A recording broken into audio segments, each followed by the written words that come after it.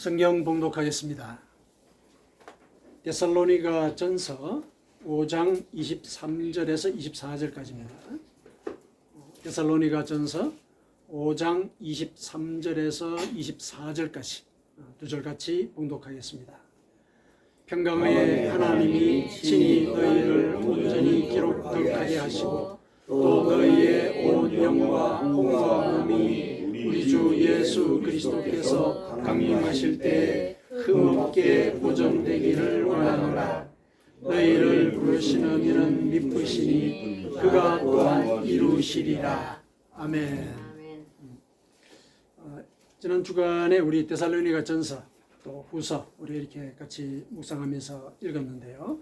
오늘은 데살로니가 전서의 이 두 구절의 말씀을 가지고 종말론적인 신앙 이런 제목으로 우리에게 주시는 생명의 말씀을 같이 나눴으면 좋겠습니다.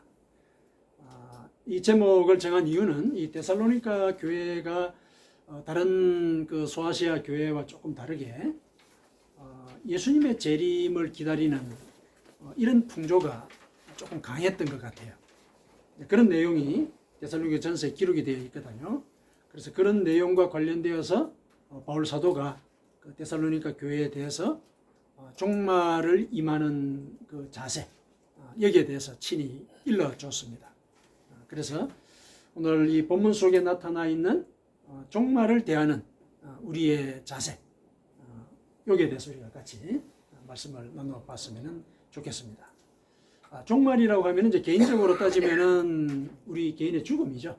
개인의 죽음 또 세상의 종말 이 두 가지가 다른 건 아닙니다. 사실은 왜냐하면은 우리 개인이 죽으면은 그게 세상 종말이죠. 우리 개인의 인생에 있어서는. 그래서 세상의 종말이 먼 미래에, 물론 먼 미래에 있을 것이긴 하지만은 그것이 우리의 죽음과 떨어져 있는 그런 문제는 아니다. 그러니까 이 얘기는 뭐냐면은 세상의 종말이라고 하는 것이 내 삶에 임박한 문제일 수 있다는 것. 그걸 이제 기억을 하자는 것이죠. 그래서 이거는 멀리 아주 먼 이 여러 시대가 지나고 난 뒤에 있게 될 것이다. 이렇게 이해할 것이 아니라 내가 죽으면 이 세상도 종말이 되는 거니까. 그렇죠? 나에게는 세상은 종말인 것이죠. 그렇다면은 내 삶의 이 마지막을 준비하는 그런 태도가 세상의 종말을 대하는 태도와 다르지가 않다. 우리 이렇게 이제 생각해 볼 수가 있습니다. 그래서 우리 이제 이 세상의 이제 현인들도 그런 얘기들을 많이 하지 않습니까? 이 세상을 아주 진지하고 보람있게 살려면은 죽음을 생각하라. 그렇죠. 그런 얘기를 많이 하죠. 내일 죽을지도 모른다는 생각을 갖는다면은 우리가 오늘 하루를 성실하게 살 것이다. 그렇죠. 이제 의도는 그거죠. 그런 의도에서 그런 그 얘기들을 많이 하죠. 스티브 잡스도 이제 그런 얘기를 한 걸로 유명하죠. 스티브 잡스가 그 스탠포드 대학교 졸업식에서 자기가 이 췌장암에 걸렸던 사실을 이제 고백을 하면서 자기는 죽고 싶지가 않다. 죽고 싶은 사람 아무도 없다. 아무도 없다. 그리고 천국에 가고 싶어하는 사람조차도 죽어서 그곳에 가고자 하는 사람 아마 아무도 없을 것이다. 이렇게 얘기를 합니다. 우리 보고 하는 얘기죠. 천국에 가고 싶더라도 안 죽고 갈 수 있는 법이 있으면 그걸 아마 따르려고 그러겠죠. 그게 솔직한 마음인 거죠. 죽음이라는 게 그렇다는 거죠. 우리에게.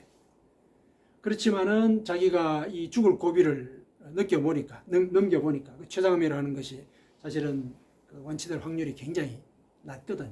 물론 이제 결국 이제 그 병 때문에 결국 이제 유명을 달리하기는 했는데요. 거기서 이제 일단은 1차적으로 회복이 된 뒤에 이제 연설을 하게 되었었거든요. 그때 이제 하는 얘기가 죽음을 생각을 하면서 하루하루를 살아보다 보니까 인생에 있어서 중요한 결정을 할 때 죽음을 생각하는 것만큼 중요한 그런 수단은 없더라. 내가 이제 그 경험해 본 것 중에서 죽음을 생각하면서 산다는 거 그게 중요한 결정을 내릴 때 굉장히 아주 효과적인 영향을 끼치더라. 이런 이제 고백을 하거든요.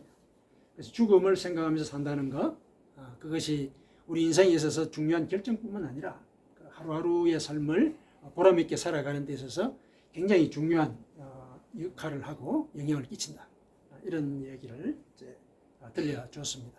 젊은이들에게 이제 그렇게 살 것을 요청을 한 것이죠. 오늘 본문도 사실은 이제 우리에게 이제 그런 삶을 요구를 합니다.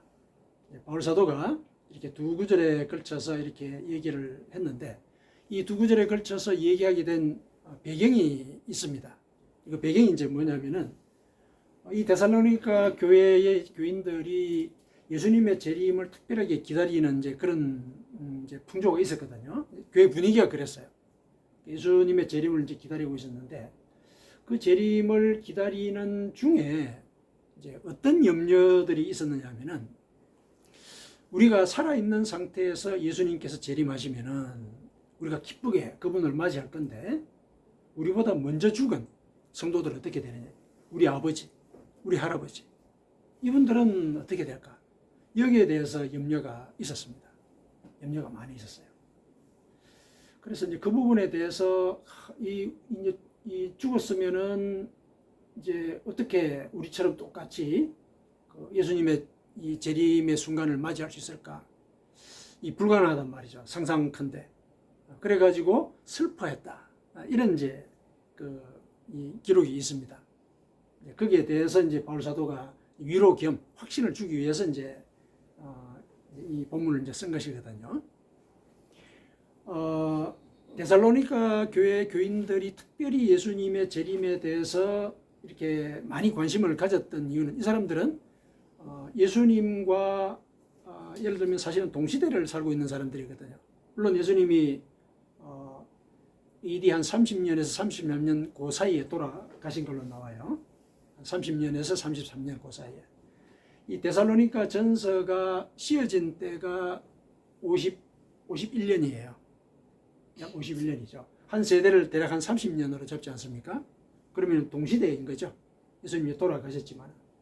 그런데 이제 예수님께서 돌아가시기 전에 뭐라 그러냐면은, 말세의 징조를 말씀을 하시면서, 마태복음 24장에 보면 말세의 징조가 나오거든요.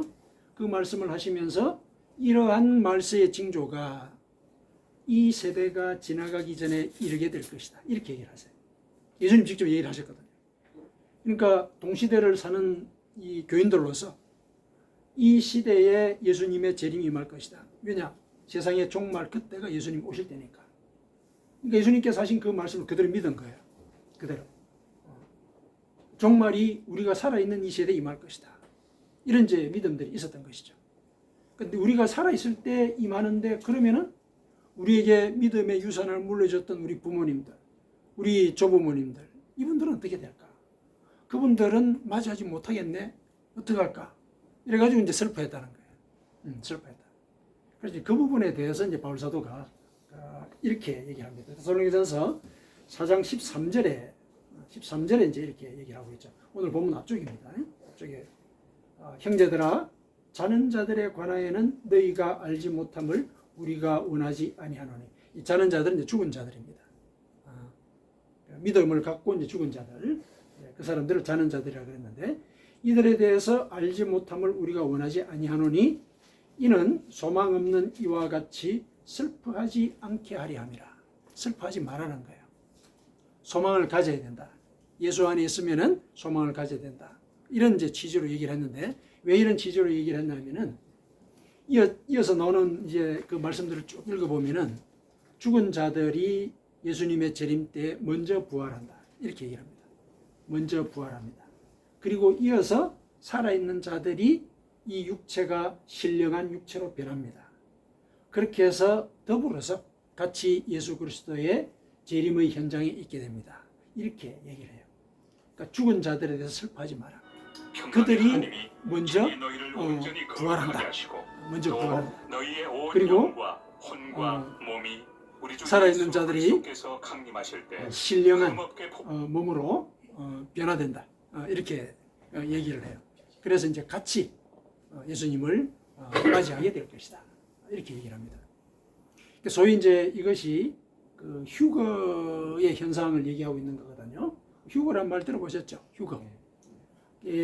영혼이 이제 공중으로 이렇게 들려 올라가가지고 예수님을 맞이하는 이제 이런 이 현상을 휴거라 그러죠. 휴거. 근데 바울 사도가 이제 휴거에 대해서 이런 언급을 하긴 했지만은 여기에 대해서는 뭐 이론들이 많습니다. 그 이론들을 제기하는 제일 이제 대표적인 원인이 영혼들이 예를 들어 이제 육체가 변해가지고 예수님을 맞이하러 공중으로 올라간다 그러잖아요. 올라갔다가 그럼 또다시 내려온단 말이냐. 왜냐하면 이제 쇠천년 그 지구상에서 다시 펼쳐질 것이기 때문에. 그러면 영혼들이 공중에 올라가서 예수님을 맞이해가지고 다시 또 내려온다는 얘기냐. 굳이 그럴 이유가 뭐가 있느냐는 거죠. 굳이. 왜냐하면 이 쇠천년이 이 땅에서 새롭게 시작이 되는 그때 땅에서 맞아야 되는데 굳이 공중으로 올라간다는 게 말이 되느냐. 그 휴거라는 것은 아마 좀 상징적인 얘기일 것이다. 이렇게 얘기를 하죠. 상징적이라는 얘기라는 게 뭐냐면은 인간이 육신을 벗고 신령한 육체로 변한다 그러잖아요. 이거는 분명한 사실이거든요. 신령한 육체로 변하는 거예요. 육체가 변하는 그 순간, 예를 들면 그 순간을 승화의 순간이라고 보는 거죠. 승화의 순간으로. 그거를 이렇게 공중으로 올려지는 이런 것으로 표현한 것이 아닐까 이렇게 얘기를 합니다. 물론 이제 알 수는 없어요. 알 수는 없는데 어쨌든 이제 그런 의견들이 있습니다. 그런 의견들이 있는데 분명한 것은 모두가 다 신령한 육체를 입게 된다. 그 순간이 굉장히 성스러울 것이다. 우리 육신을 입은 이 상태와는 다른 뭔가 영적으로 이렇게 고양되는 그런 순간이 올 것이다. 그걸 이제 공중으로 올려진 이런 순간이라고 보는 것일 수도 있겠다. 이렇게 뭐 이론이 있다는 건지 그런 정도로만 알고 계시면 될 것 같아요. 어쨌든 그 순간이 오면 우리가 경험하게 될 것이니까. 그러나 중요한 것은 우리가 신령한 육체로 변하게 된다는 것. 그건 분명한 사실이라는 겁니다. 그렇게 해서 예수님을 맞이할 것이니까 죽은 자들도 똑같이 그 자리에 있게 될 것이다. 그러니까 두려워하지 말아라. 이렇게 얘기합니다. 그러니까 신앙을 갖고서 죽은 자들 다 부활한다. 이렇게 이제 얘기를 합니다.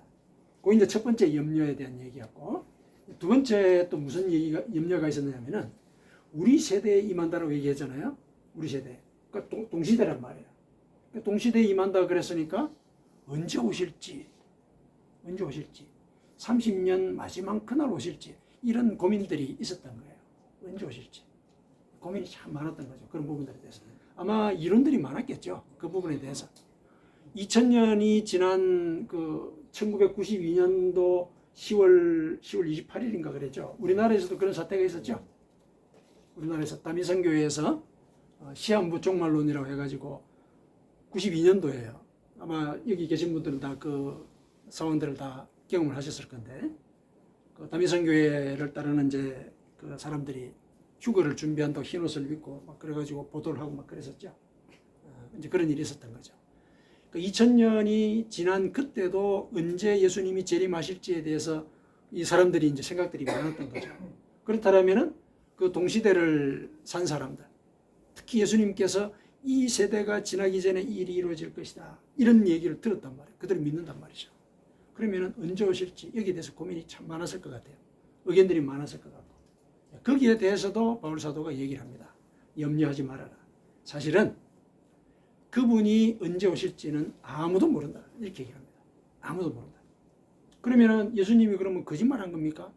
이런 얘기가 나오게 되는 거죠. 이 세대라면은 분명히 이 데살로니가 교회 교인들이 생각하는 그 시점이 있단 말이죠.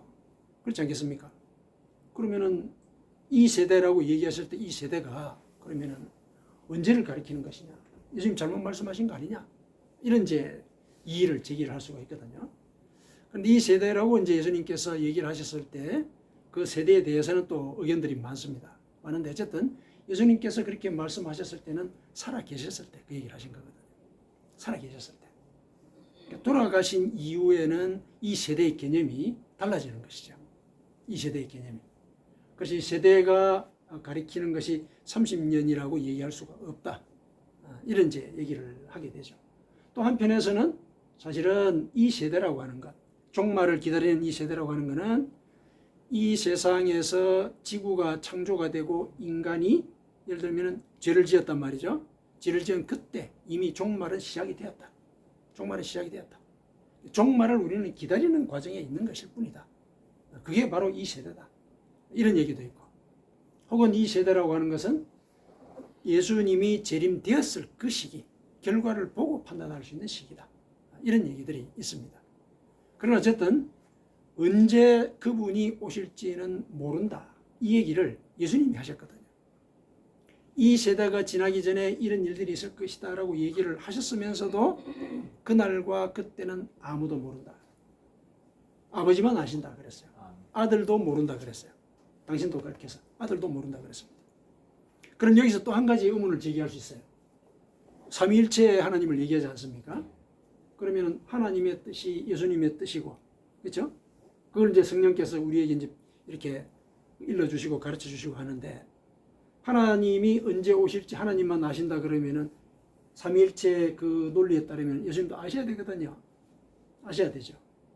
근데 아들도 모른다 그랬어요. 아들도 모른다.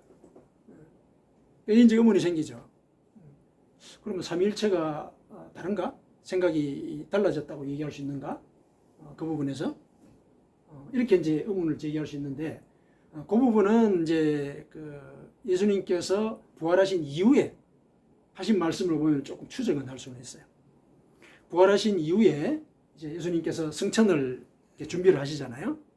승천을 준비하실 때 제자들이 다가와서 이렇게 해줬습니다.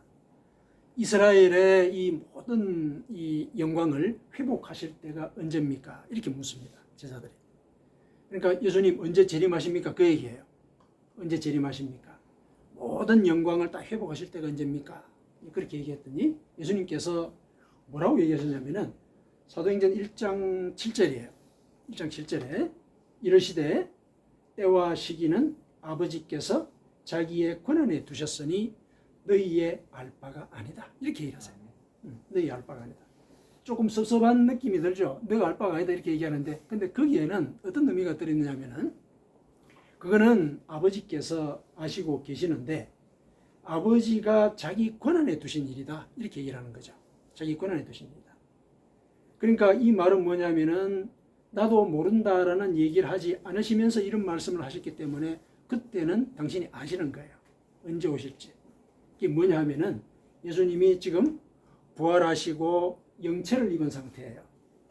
인간의 몸이 아니란 얘기예요. 지금은 부활하신 이후니까. 그렇죠? 부활하신 이후에는 벽도 막 이렇게 뚫고 다니고 그러시잖아요. 문이 닫혀 있는데 나타나시고. 그렇죠? 그러면서도 같이 식사도 하고 우리가 상상할 수 없는 그런 이 신비한 그런 육체를 가지셨거든요. 그러니까 영체라고 그래요. 그거를. 영체를 가진 상태에서는 알고 계시는 거예요. 너희의 알 바가 아니다라는 얘기는 당신 알고 계시다는 얘기예요. 알고 계시다. 그러면은 앞서 아들도 모른다 그 얘기는 뭐냐? 그때는 육신을 입고 계시는 존재 그런 상태였거든요. 그러니까 이 얘기는 뭐냐면은 물론 그때도 알고 계셨을 수는 있어요. 그러나 그렇게 말씀을 하신 이유는 뭐냐면은 육신을 입고 있는 그 상태, 즉 인간은 그거를 모른다. 그 얘기를 하신 거예요. 인간은 그 사실을 모른다. 인간의 입장에 서서는 미래를 예단할 수가 없다. 그 얘기를 하신 거예요. 그러나 부활하신 후에 영체를 입고 난 뒤에는 하나님의 뜻을 아시거든요. 그러니까 너희들의 알 바는 아니다. 나는 알고 있지만은 너희들이 알 바는 아니다. 이 얘기를 하신 거예요. 너희들이 알 바는 아니다. 이해를 하시겠죠? 그 부분에 대해서. 그래서 결국은 이제 이 바울 사도가 그 뜻을 받아서 우리가 고민할 것은 언제 예수 그리스도께서 임할 것이냐. 이 날과 때 그게 언제인지를 정하는 것. 여기에 초점을 맞출 문제가 아니다. 그건 이제 일러주시는 거죠. 그러면은 이제 이 재림을 하실 것이 분명한데 그러면은 그때까지 그럼 우리는 어떻게 살아야 됩니까? 이제 그게 문제인 것이죠. 그게 문제인 거예요. 예수님께서도 그런 취지로 말씀을 하셨죠. 예수님께서 인자가 임할 때 그때는 노아 당시와 똑같을 것이다. 이렇게 얘기를 해요. 그러니까 노아라고 하는 게 이제 세상에 심판이 있던 때지 않습니까? 세상에 심판이 있던 때. 그때 분명히 노아를 통해서 심판을 예고를 했습니다. 예고를 했어요. 그런데도 사람들은 홍수가 날 때까지 장가가고 시집가고 먹고 마시고 했다. 인자가 올 때도 사람들은 그렇게 살 것이다. 이렇게 얘기를 해요. 그러나 그때가 되면은 두 사람이 맷돌질을 하다가 한 사람만 데려감을 당할 것이다. 이 얘기를 해요. 심판을 당할 거란 얘기죠. 똑같이 사람들이 이렇게 맷돌질을 하면서 살기는 살겠지만은 그 둘 중에 한 사람만 데려갈 것이다. 하나님의 뜻을 따른 자만 데려갈 것이다. 이 얘기를 하신 것이죠.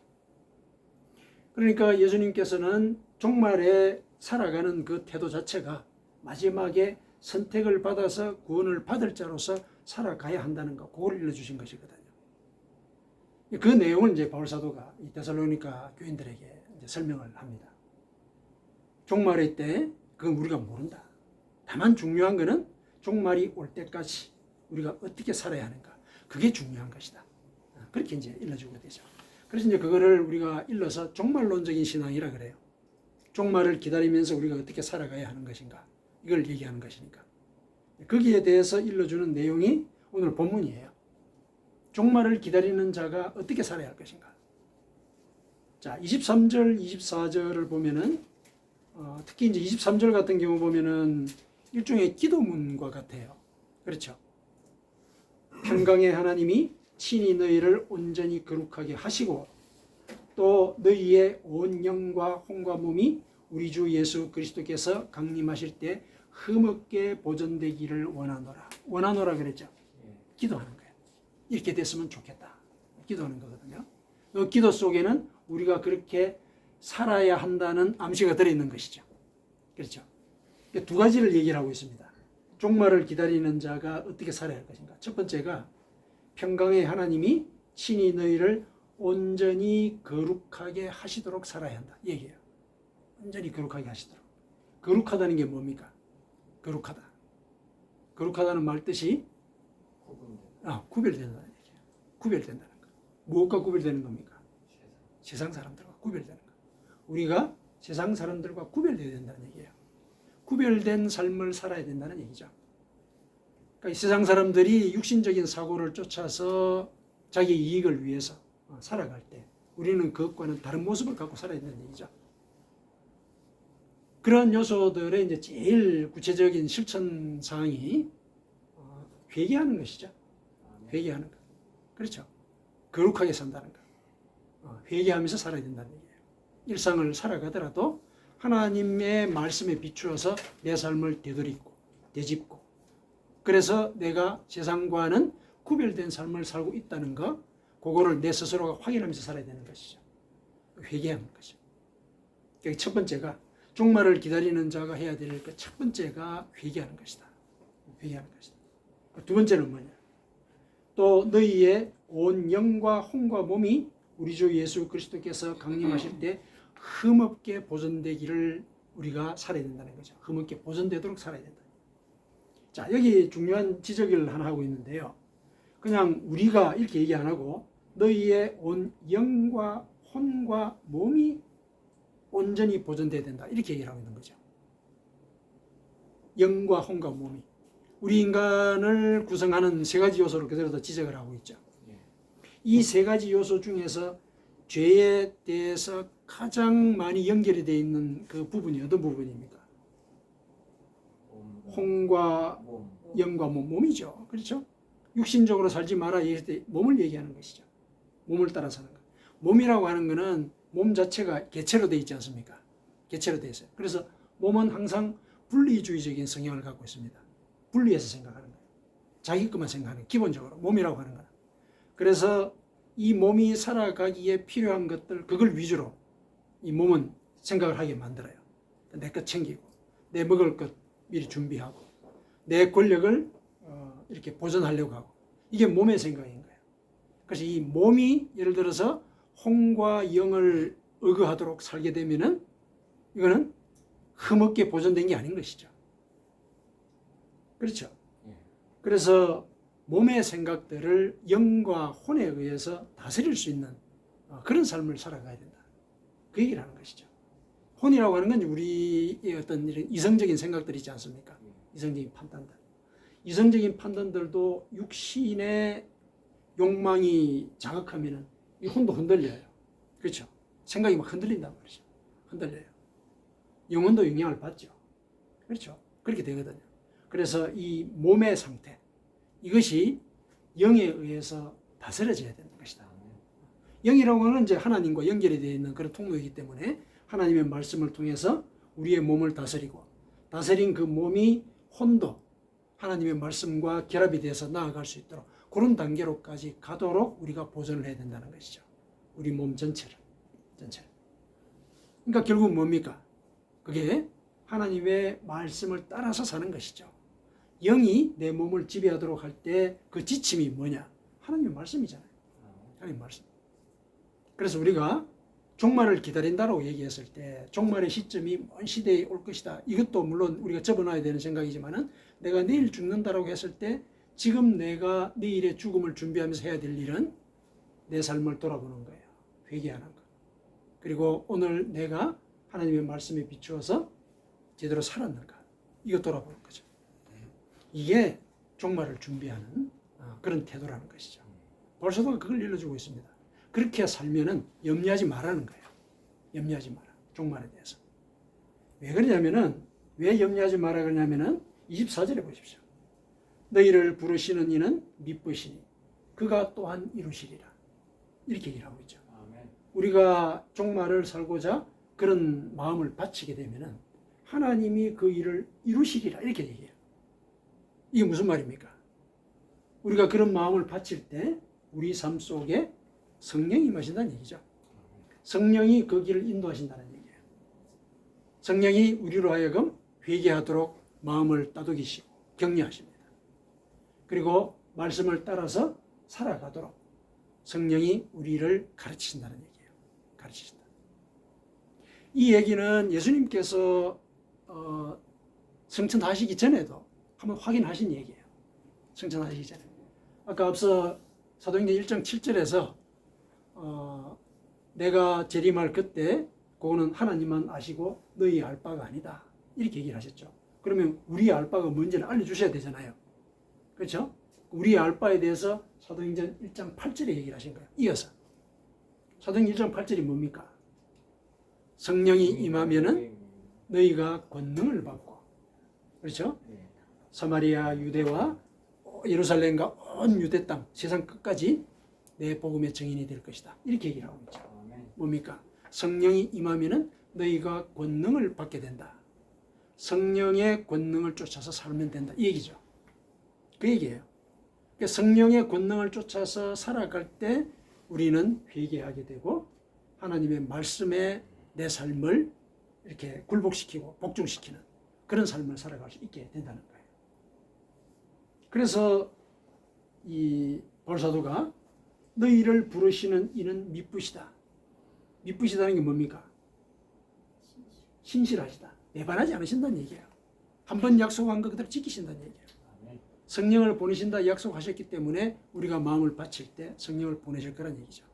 그래서 내 속에서 성령이 하시는 말씀, 그걸 따르려고 해라.